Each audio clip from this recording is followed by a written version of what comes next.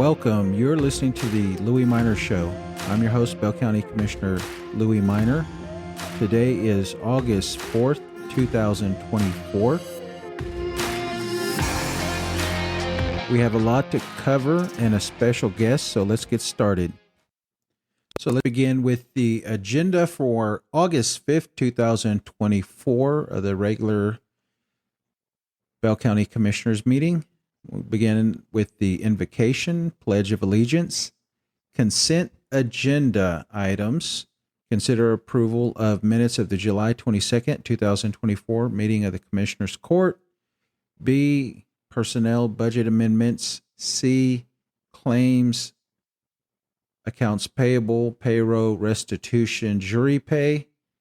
D, consider authorizing the county judge to enter into a contract with Duralast Wholesome Solutions and Products U.S. through the TIPS Purchasing Cooperative, contract number 210205 for the repair of and roof replacement, flashing, downspouts, and lighting protection at the Loop Jail at a cost not to exceed $1,501,713.73. Funding from insurance reimbursement proceeds for hail damage. And that's everything for the consent agenda. Then we have item 4, consider the process to appoint a salary grievance committee pursuant to provisions of Chapter 152 of the Texas Local Government Code. Then 5, conduct the process adopted by the Bell County Commissioners Court for the appointment of a salary grievance committee. Item 6, county engineer. We have consider and approve a preliminary plat of Holland Hill, being a 110.32 acres, 130 lot, 4-block subdivision located within Bell County Precinct 2. And we have consider and approve the preliminary plat of Windmill Estates, being 89.573 acres, 93 lots, 4-block subdivision located within Bell County Precinct 2. Consider and approve final plat of High Crest Phase 1, Amendment 1, being a 9.012 acre, 8-lot, 3-block subdivision located in Precinct 1. Consider and approve the final plat of Montoya Estates, being a 1.442 acre, 1-lot, 1-block subdivision located in Bell County Precinct 3. And then consider and approve a final plat of Stone Summit Phase 1, being a 16.22 acre, 9-lot, 1-block subdivision located within Bell County Precinct 3. And that is everything for the county engineer. Then we have item 7, consider the appointment of the election judges pursuant to section 32.001 of the Texas Election Code. 8, consider authorizing the county judge to enter into an interlocal agreement between the village of Salado and Bell County regarding Salado Center project. 9, consider a resolution authorizing submission of the FY 2025 solid waste grant application in the amount of $17,587 with a match funding requirement of $0 for the Bell County Road and Bridge Department to the Central Texas Council of Governments, designating the Bell County judge as the authorized official for the grant. Then consider the approval of Amendment 2 in the amount of $7,900 to MRB's contract for the new engineer's office. This amendment covers the addition of geotechnical services necessary for the site at the road and bridge. 11, consider authorizing the county judge to enter into a contract with Target Solutions through TIPS Purchasing Cooperative, contract number 23010402 in the amount of $18,959.51 for the repair, replacement of water damage millwork and drywall at the Bell County Clerk's Break Room. And then finally, item 12, consider authorizing the county judge to enter into a contract with King through the Buy Board Purchasing Cooperative 720-23 for a 4-year extended 5-year total parts and labor warranty on 2 new chillers at Loop Jail expansion, not to exceed a cost of $40,244 with an associate budget amendment. And that is everything for the regular agenda. Now let's go to the workshop item agenda. And this will begin after the Commissioner's Court meeting. And as you heard, we're going to have a lengthy court. So immediately following that meeting, we'll have reports and updates from various county offices and departments, capital improvement projects, update on jail expansion and temporary jail facilities, museum archives building. We probably need to take that off. Clean annex, diversion center renovations, discuss FY 2024 CIP plans. Then we have discuss applications for the Bell County Broadband Expansion Sub-Award Grant Administrator, discuss applications to the Charging and Fueling Infrastructure Discretionary Grant Administrator, discuss adding 1 8-yard dumpster to the diversion center with a 1 pickup per week. Total cost will be $187.33 a month for a yearly total of $2,247.96. Then discuss contract with Target Solutions for the Expo Center damage caused by the freeze. Total cost is $363,656.57 to Target Solutions. And then final would be budget discussions. So sounds like we're going to have a packed day for the Commissioner's Court meeting on August 5th, tomorrow. So let's just get a quick little update on our presidential election that's happening right now. And I want to play a little clip from there was an interview that former President Donald Trump attended with the National Association of Black Journalists. And if you're cringing, thinking like, oh, this ain't going to go good, you are exactly right, because it did not go very well at all. I'm going to play a clip from the very beginning of the interview, and I'll let you judge. I want to start by addressing the elephant in the room, sir. A lot of people did not think it was appropriate for you to be here today. You have pushed false claims about some of your rivals, from Nikki Haley to former President Barack Obama, saying that they were not born in the United States, which is not true. You have told 4 congresswomen of color who were American citizens to go back to where they came from. You have used words like animal and rabid to describe black district attorneys. You've attacked black journalists, calling them a loser, saying the questions that they ask are, quote, stupid and racist. You've had dinner with a white supremacist at your Mar-a-Lago resort. So my question, sir, now that you are asking black supporters to vote for you, why should black voters trust you after you have used language like that? Well, first of all, I don't think I've ever been asked a question so in such a horrible manner. First question. You don't even say, hello, how are you? Are you with ABC? Because I think they're a fake news network, a terrible network. And I think it's disgraceful that I came here in good spirit. I love the black population of this country. I've done so much for the black population of this country, including employment, including opportunity zones with Senator Tim Scott of South Carolina, which is one of the greatest programs ever for black workers and black entrepreneurs. I've done so much, and, you know, and I say this, historically black colleges and universities were out of money. They were stone cold broke, and I saved them, and I gave them long-term financing, and nobody else was doing it.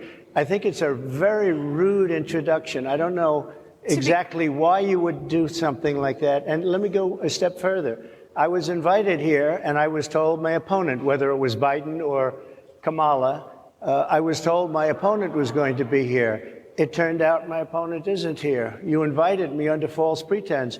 And then you said, you can't do it with Zoom. Well, where's Zoom? She's going to do it with Zoom, and she's not coming. And then you were half an hour late. Just so we understand, I have too much respect for you to be late. They couldn't get their equipment working or something was wrong. Mr. President, I would love if you can answer the question on your rhetoric and why you believe that black voters should trust you with another 4 years. I have been the best president for the black population since Abraham Lincoln. That's my answer. So, yeah, President Trump, best president for blacks since Abraham Lincoln. That's definitely laughable. Definitely laughable. But anyways, let's switch gears. And I did an interview with Ms. Terris Goodwin, running for Bell County Commissioner Precinct 3. So she would be a peer of mine once she's elected in November. And I'm excited to bring this to you so you can learn more about her and her vision for the county. So let me cue that up. Well, I want to introduce my very special guest. We have Democratic candidate Terris Goodwin for Bell County Commissioner's Court Precinct 3. Welcome, Ms. Terris, to the show. Thank you so much, Louie, for having me. I'm excited to be here. Well, thank you. I've been doing this. This is part of my therapy, just to let you know that, I thought about how do I get my message out and everything that's been going on with the county. And to me, I enjoy doing this. I get my thoughts out. I'm able to, put my message out there on what I think we should be doing. And I really enjoy it. And surprisingly, people listen to it. So that's a good thing. But tell us a little bit about yourself, and we'll get into your race here in a little bit. So where did you grow up? And let everyone know about Terris Goodwin. Yeah, sure. So I am a proud daughter of educators. My mom is a school counselor, and my dad is a football coach and educator. And so I grew up, I was actually born in Amarillo, Texas, and due to Texas football life, we moved. And we moved a couple of times prior to landing in Temple. And so my dad got a job in Temple when I was entering, I believe, 7th grade. Mm-hmm. He got a job coaching football at a local junior high. And since then, I've been here. And this is my home. This is the first place that I truly had really fond, lasting memories of and started building that community. And so my dad worked at the middle school that I went to, Travis Middle School, and then the high school. My mom, she was a counselor at the alternative school, Wheatley, and then the high school counseling. And so I think, honestly, that's a big portion of who I am and what shaped my desire to serve, because I saw that every day in my parents. My dad was a dad and a mentor and supporter and, father figure to a lot of young men over the years. I had lots of football brothers and people who came to our house. And then my mom as well. She had a servant's heart and advocated for kids experiencing some really tough lives and experiences. So I attribute a lot of my heart for service to them. I do have some siblings who also grew up here, and I have 2 amazing children and 1 stepson. My 2 children attend Temple ISD, and we really enjoy being a part of this community and raising our kids here, myself and my wife, Amanda. Well, it brings back fond memories. What you were talking about, your dad being a mentor and everything. I grew up in Belton. I graduated from Belton High School. I was a Belton Tiger, still am, and I vividly remember our football coach in junior high. He was our driver's ed. He taught us how to do driver's ed. And whenever I would get in trouble, because I would get in trouble from time to time, I would get paddles, swats from the principal. But then when I went to football training in the afternoon, obviously they knew I got in trouble, and I would get it again from the middle school coach. So they definitely kept you in line, and I definitely know what you're talking about when you're talking about that mentorship in football coaches. Yes, absolutely. And I think that, when we look at our community as a whole, our kids are our future, and having individuals who pour themselves into our youth, whether it's educators, coaches, community leaders, it's just very, very important. And you're right, they have a lasting impact. And it's been really great staying in Temple, even though my parents have moved on to Houston, talking to former students and athletes who, even if they don't remember me, they remember my last name and my parents and the impact that they had on their lives. And it's really special, honestly, to see some of that impact. Well, good. So you graduated, you went to college. Where did you go to college? Yeah, sure. So I was actually a very avid basketball player, and the way the cards fell, I had my third knee surgery, and all my D1 offers were out the window. So the plan was always to go to college, play basketball. My parents, being educators with 4 kids, paying for college, then paying for it was out of the question. So I was accepted to a medical school in Kansas City, Missouri. Okay. It was a really intensive program to get into. There were 100 students selected out of 3,000. I was one of those. And unfortunately, about a year in, I suffered a medical emergency. I had a seizure and ended up coming back home and started my life back here.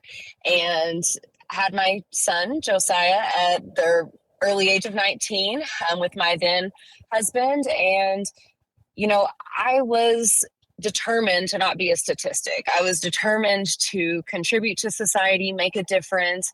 And the field of medicine always fascinated me. I always knew that was going to be something that I did, a part of my life. And so being a young mother and paying for my own college, I decided to go to Temple Junior College, is what it was called at the time. So I graduated from Temple College in 2014 with my associate's degree of nursing.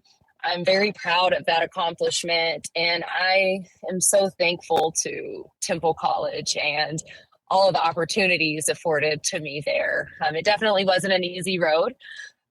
We can talk about that later if you want to. We don't have to if you don't, but it was a stepping stone and got me to where I am today. So I'm eternally grateful. Yeah, no, I got my associates from Temple College, and that's where I started I never thought in a million years I would have went on to college. I wasn't a very big fan of school in high school, but and being the first one in my family to graduate to graduate college, it was a big step. I didn't have any role models to ask questions or to look back on. So yeah, having that network and having these local colleges here are definitely key to the community.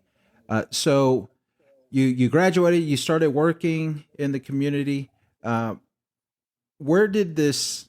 Because I know from your history, you started being an activist in the community. So where did that kind of start coming into play? Well, it's actually kind of funny. My heart for service actually started in high school.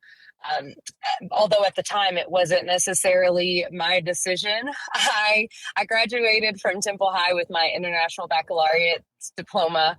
It is a very intensive program, a step higher in intensity than advanced placement classes. And so I was doing pretty well, and I was going to have my senior year an off period. And my mom, being the counselor she is, and knowing what idle time can lead to and things like that, my mom said absolutely not. So I had my first class period serving the special needs students, and I was an intern there. Okay. And I fell in love with that population. And so once I graduated high school and I was in nursing school back in Temple, I began getting involved with Special Olympics. So I coached Special Olympics basketball for adults, and that kind of coupled my love of the game of basketball with my love of service for this community. And that was just so fulfilling.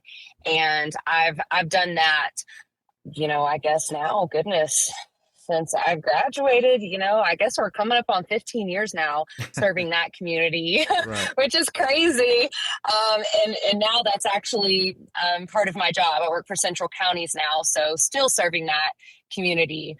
And then as far as some of the other ways that I've gotten involved and active, that really didn't start until a few years ago. I'd say about 5 years ago was really when I got to a point in my life, when you're a young mother and trying to make ends meet, I often say, I was in survival mode, right? And it's hard to really have the time or the capacity to serve a lot. And so I really, really got activated and started being engaged about in 2019.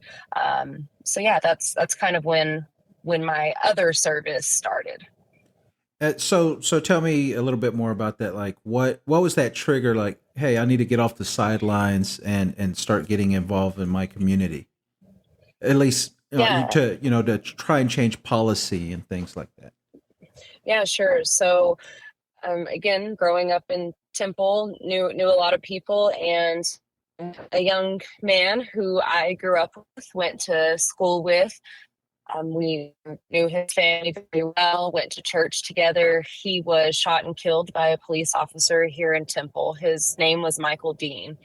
And following that, it was tough emotionally for what happened. But then as I started to understand the entirety of that situation, I realized that some of the policies and decisions made that impacted how information was released and that entire process, that lied in the hands of our elected officials at the city level. Right. And so I started getting curious. And so I started going to city council meetings, paying attention, learning what city council members do, what different boards and commissions were available. And at that point, I actually founded the group Wake Up Temple. And so we helped lead the protest downtown and ensured that it was safe and there wasn't any destruction, but that there was a way for people to channel the emotions and experience that they were having in a constructive way. But protesting is that's not it. That can't be the end all be all. Really it takes that getting involved, learning and understanding, which isn't as sexy, right, as a protest or as fun, but equally as important. Right. No, in Killeen, a couple of years ago, they had an officer that was killed whenever they were doing a no-knock warrant. So the citizens got involved. They pushed city council members, and finally, I think Killeen was one of the first ones in the state to pass an ordinance that Killeen Police Department will not participate in no-knock warrants. So that activism does work, and I've seen it time and time again where it works. Getting involved, with the council members or the elected official, it'll start moving the needle. Yeah, absolutely. And I was proud that, as a result of these constructive conversations that we had with our government officials at the city level, we actually implemented the Citizens Police Advisory Commission, Hmm. which was something that we pushed for and advocated for, and is currently in play and functioning today, as well as just an open dialogue and, speaking to the new police chief and ensuring that the voices of this portion of our community are heard in a constructive way, right? And but yes, it's been a really, eye-opening experience that, if you approach these situations with respect and an open mind and contact the proper channels, then you can make some progress. And I do want to have a clarification, because oftentimes when people see that I was associated with the protest, they think I'm anti-police, and that's not the case at all. And I think a lot of us in our community, including the Black community, aren't anti-police. But, me being someone who's a nurse and in a profession that sometimes I get the question and the assumption that I don't value police officers or the work that they do. And that's a misconception, and a lot of people in our community and the Black community don't believe that. But really, for me, as someone who belongs to a profession that has people's lives in their hands, we are held to a higher standard. And nurses, when we make mistakes and we don't follow policy and procedure, ultimately we're held accountable. And, I think the same should go with our police officers. And, that's where that oversight from the government officials comes in, and kind of the standard that we're going to uphold. And so I just did want to clear the air on that. I am not anti-law enforcement at all by any means. I want our law enforcement to serve and protect like they take the oath to do, and us support them in that, even when that's having those difficult conversations and seeing how can we do better. Yeah, and I used to be a police officer, so I completely get it. I support law enforcement. I will continue to support law enforcement. But when you come at a situation where all you have is a hammer, then everything is a nail. And in Killeen, we had an incident a couple of years ago where a individual was having a mental health crisis, and there was a mental health police officer or deputy that was able to go out and defuse the situation.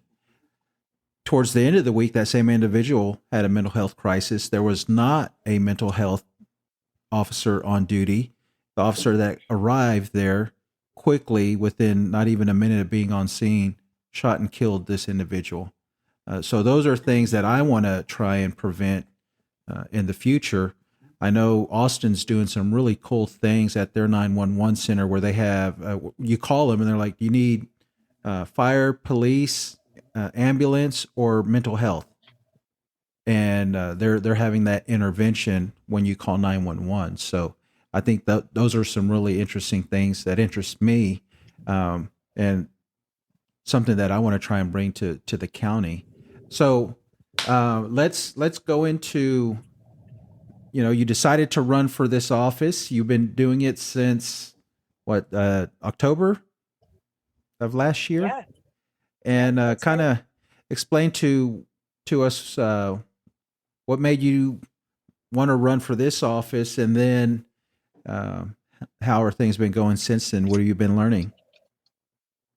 Yeah, sure. And I don't think we touched on this earlier, but I also, when I got out of that kind of survival mode, I started working for different nonprofits and serving on different volunteer boards within the community. So right now, those currently are the Wildcat Mentor Program for Temple ISD, the Temple Children's Museum, the Temple Education Foundation, Mm-hmm. as well as the School Health Advisory Commission. And so, in those roles and in my years of service to the community, my eyes have been opened to some of the experiences of the diverse population in Bell County. That, coupled with my over decades nursing career, working in inpatient in the hospitals, and now for Central County Services, servicing those with mental health conditions and intellectual disabilities. So, having that perspective of the experience of some of the most vulnerable people in our community really already opened my eyes to the opportunity for improvement, right? But then, I always thought I was going to get involved at the city of Temple level, helping form and shape policy locally so that I could better support and serve some of these same individuals in our community through the policies and the decisions we made. And that was always the mindset. City council, maybe mayor eventually, never had really broadened my horizon out to the county level.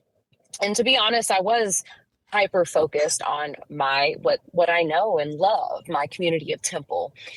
But when this position became available, closely after, I myself going and speaking at commissioners' courts about things such as the Confederate Monument and paying attention to some of these meetings, that along with some encouragement from the community to run, I started thinking about it. It's like, you know what? Actually, this is serving still. This is still true to what I want and who I am, which is to serve my community and make it a better place, just on a larger scale. And so I started doing my research into, what all is the scope of commissioners. And as I started looking more and more into it and watching meetings, I realized that this is something that not only I feel that I would be able to do a good job at, but that I would enjoy doing, serving in this way. So made that decision, and in October started this campaign. So here we are in less than 100 days out from this election. And wow, I've grown a lot, learned a lot. And, I'm really proud of where this campaign is with the help of people in our community and, the support of my family and friends to get us this far. Well, no, I'm very proud of everything you've been doing. I'm obviously watching and want to support and help as much as I can. And this is your first election, but I'm sure you understand how historic this election cycle has been, and this will be talked about in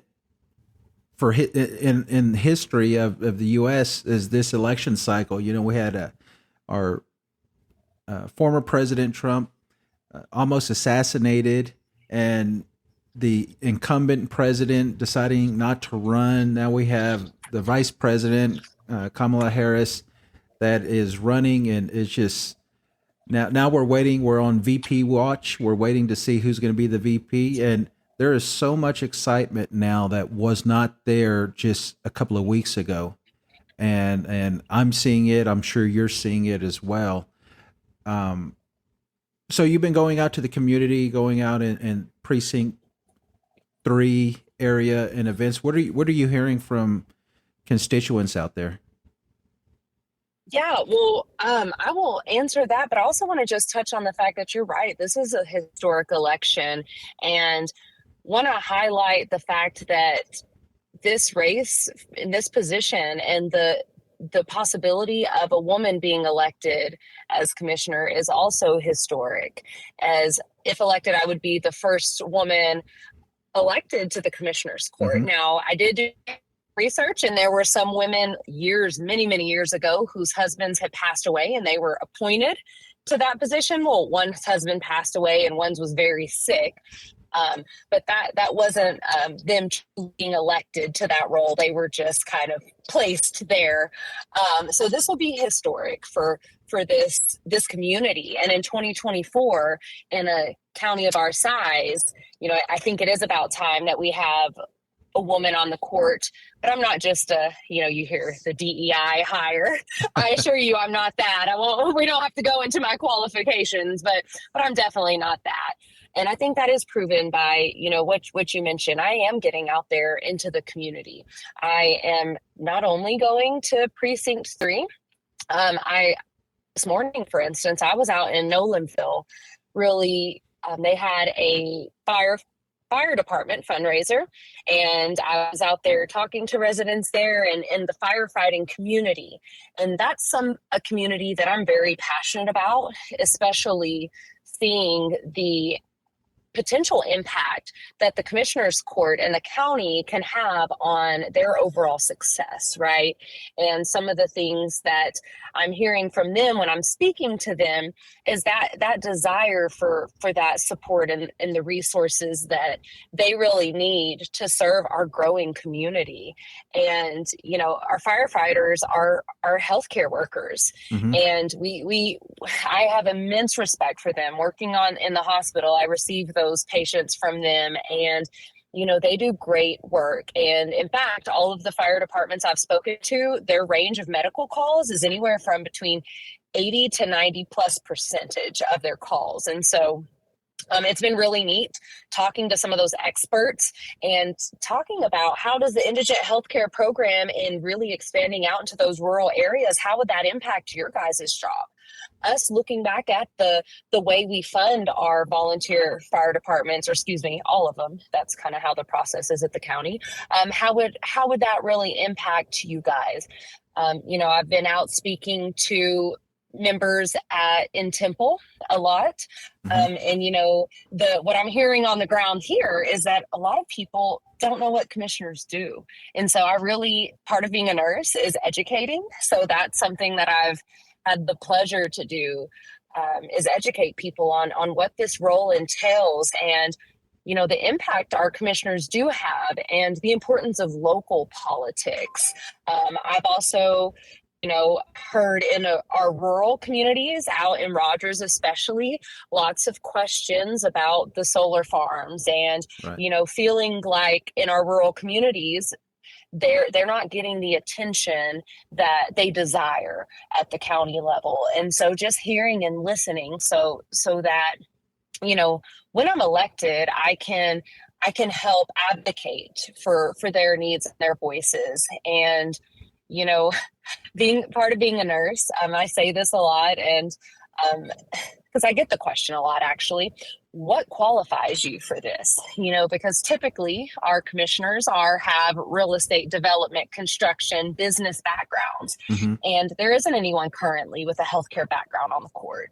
And I explain to people, well, nurses are extremely well equipped for this position. One, we collaborate with everyone, we advocate, we empower the patients we serve. And so those values coming to this role are great. But something else is, it's called the nursing process. So first you have to assess. And honestly, Louie, that's what I've been doing. I've been going out and talking, learning, and just absorbing all this information to fully assess the needs of our county. And before going into those other steps of diagnosing the issues, planning a solution, implementing that solution, and then evaluating it, which if I'm appointed to the court, I'll go through those steps in the process with my fellow commissioners to try to make an impact. Well, yeah, we commissioners do a lot. I could go from talking about a construction project to going to another meeting and talking about a stop sign, going to another meeting and talking about STD surveillance and monitoring and treatment, and then going to the jail. So it's a wide range of things that we can do, but we also go and advocate for the county. At least I do. Have been in Austin and in DC to try and get money allocated to the county to do things for both the cities and the county as well. So I'm learning a lot still. I'm still obviously learning, but definitely we need a woman's voice on the court. I think it's long overdue. Yeah, definitely. Those broad perspectives, we all can't be experts on it. And I'm not going to come up and say, vote for me, I know everything about everything. No, that would be false. But what I can say is that I'm committed to learning. And in the field of nursing, again, that's something that you have to be open to because things change rapidly in the world of medicine. And so you have to constantly learn and expand and have an open mind and, listen to the experts. And that's something that, to be honest, I attend and listen and watch commissioners meetings, and there are sometimes flat out when the experts haven't been consulted, but also when the experts are consulted, we don't necessarily value their input and fully integrate their recommendations into, the outcome. And so that's something that I would rely heavily on too, to inform the decisions that, the votes that I would cast. So yeah, that is a very good point, Louie. The commissioners cover so much, and our county's well-being is you have to have a holistic approach addressing all of these different areas. And that's why I think that the commissioners, that's exactly what they do and why they need a nurse. And to me, the problem I'm running into is, we have all these good ideas that we want to implement, but you need 3 votes. And if you don't have 3 votes, it's not going anywhere. But that's why, obviously, I'm supporting you. I think you're the right voice to be sitting in that open seat. And I'm excited for you, and I know you're going to make a great commissioner. So tell us about, if someone wants to get involved with your campaign, what do they need to do? Yeah, sure. So I am not somebody who's independently wealthy like my opponent, but what I do have is I'm resourceful. I'm a hard worker. And so we utilize a lot in this campaign, Facebook, which is free. Mm-hmm. So you can find me on Facebook, Terris Goodwin for Bell County Commissioner Precinct 3. Also, I have a website, www.voteterrisgoodwin.com. And my name is spelled like Ferris wheel, but with a T. So Terris and then Goodwin. And I would love for you guys to connect. You can get on my page or website and see that there are ways that you can volunteer. We have a volunteer form. We have a way for you to get some signs in your yard or your business. And then, of course, donations. That is a vital part of getting the message out there about my campaign, who I am, and also the vision I have for Bell County and some of the platform issues and goals that I have to make Bell County a better place. Yeah. You mentioned social media. You hosted a fundraiser the other day on Facebook, and that's the first time I've been doing this for over a decade in Bell County, and that's the first time I've seen someone do a fundraiser like that online. And you seem like you did. You were very successful, so I'll definitely be copying that what you did. Yeah, I'm really surprised and thankful for that outcome. And that's part of it, right? We have to get creative. We have to try new things. Maybe it fails, but we try it, and that innovation is important in every aspect of life, but also, again, bringing it back to the commissioner's court and our county government. We need that innovation as well, and in using the technology available to us. And I love that you also participated, and we had such a great result. And definitely let me know when you have yours. Yeah, I don't have to worry about running for another year, so I think I'll be good for a little bit. But so I just want to thank you for your time. Thank you for coming on to the podcast. That's something that I want to do, is educate the voters here on the candidates, who they are, Democratic candidates, who they are, and have that one-on-one, little bit more long form. I learned things about you today, so definitely good, and I know the community will appreciate it. Yeah, thank you so much, Louie. I think it is an important, it's difficult to have those one-on-one conversations with every resident out there as I'm going through this campaign process, but it is important for them to know who they're voting for. And even if there are people outside of Precinct 3 listening to this who can't vote for me, you know, if I'm elected, I'm still going to be a vote and a voice for the entire county. And so I appreciate you giving me this opportunity. And I would just like to share just kind of my 4 platform points and Sure, issues. absolutely. Okay, so number 1, being safe and healthy communities. So really maximizing our current resources and collaboration to improve quality of life. So that really means us being creative with our funding. We know funding isn't in an endless supply, but as you said, advocating for some of that money to be brought down into our communities, utilizing our grant writer to collaborate with local organizations addressing things like homelessness, mental illness, and really just that innovation piece, right? Let's innovate so that we can make our community safer and healthier. Then secondly, smart and sustainable growth. So that looks like proactively addressing the needs of our community that we know is growing exponentially, and it's going to continue to grow. We can't stick our head in the sands and say, we don't want it. It's coming, it's here. So we do have to be proactive and ensure that the infrastructure needs of our community are accounted for. One thing I hear about a lot is our water, and Georgetown is taking our water. Well, unfortunately, what I tell people is that Georgetown had the foresight years ago to lay claim to that water because they knew they didn't need that water today, but they knew 15 years from now they would. And so that same level of foresight and planning needs to occur at the county level.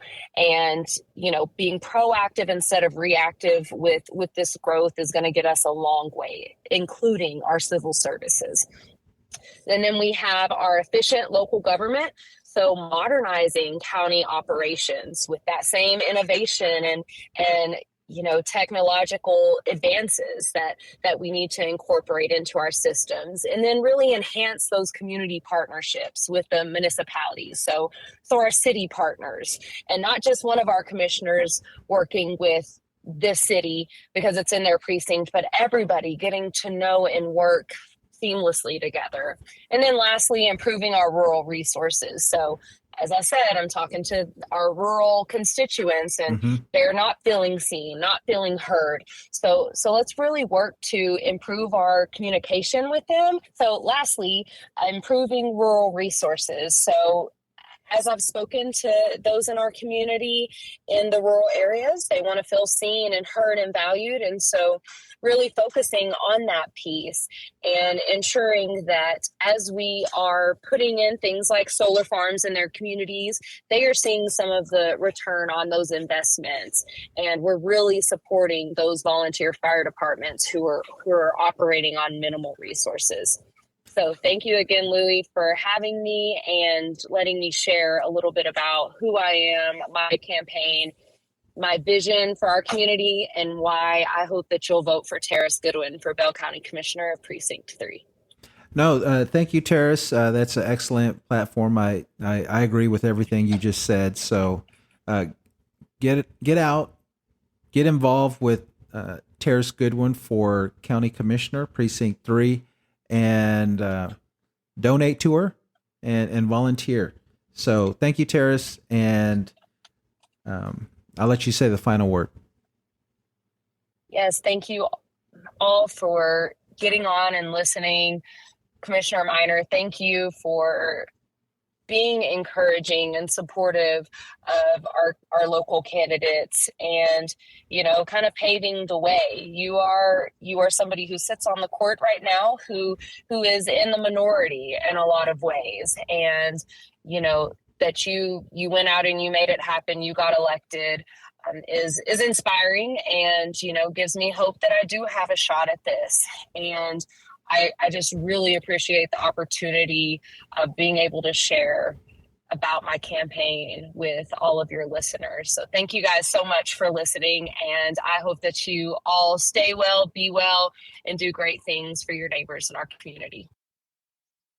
How exciting was that interview with Terris Goodwin. She's really doing a great job, and I look forward to working with her.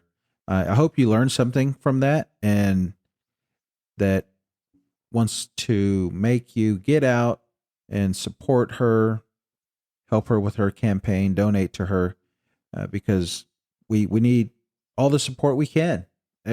Every election cycle, we need all the support that we can. So I'll have her information in the show notes. So if you're looking for more information about her, you'll be able to click on it, donate, anything like that.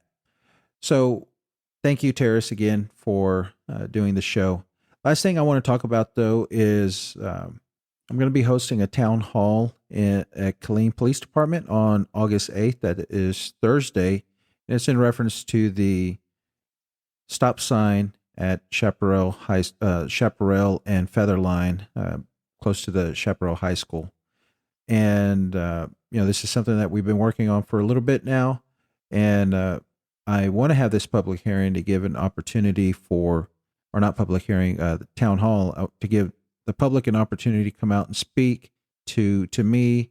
I'm going to have the road and bridge director there and the county engineer there, just so they can hear all the citizens' issues with this intersection. Just a reminder, this intersection is a county road and a city road. And it's also at the intersection, the border of both Precinct 4 and Precinct 2. So you have two commissioners, then you have the city all involved with this.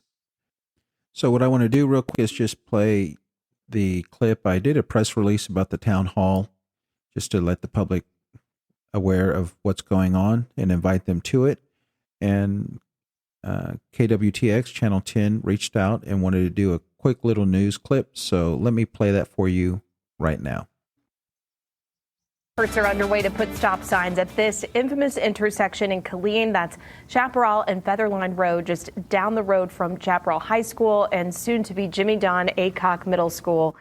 Those stop signs are still not in place, as a community member requested a hearing on the matter, stalling the process for now. But as News 10's Madison Herber reports, officials are still hopeful they can get these stop signs up before kids go back to school on the 14th. After the idea to put stop signs at the intersection first came up, there was an 8-day waiting period, which was an open opportunity for anyone with concerns or questions to file for a hearing. On the last day, a citizen requested a public hearing. So that meeting has been scheduled. However, Precinct 4 Commissioner Louie Minor wants to clarify that just because a request for a hearing was filed does not mean that the person requesting it is against the idea. It could just mean that they need more information. That'll give a public an opportunity to come and speak for or against putting up stop signs there. And that'll also give the Commissioners Court an opportunity to hear from the citizens. That hearing is scheduled for August 12th. If all goes well, there is still a chance they can get the signs up before school starts. The public hearing will happen before that. Date, obviously, is the 12th, and the plan is to vote on that same day about putting up stop signs. So theoretically, it still could go in before school starts. Minor will also be holding a town hall at the Killeen Police Department on August 8th for anyone who may not be able to attend the hearing. He wants to hear from you then so he can take any and all feedback to the hearing on the 12th. Minor encourages anyone who can come to please swing by and chat with him because he doesn't want anyone left out of this process. Reporting in Killeen, Madison Herber, KWTX News 10. So there you have it. A lot going on, a lot still to come. We're going to be voting on budget here pretty soon, this month, and I'm sure that's going to have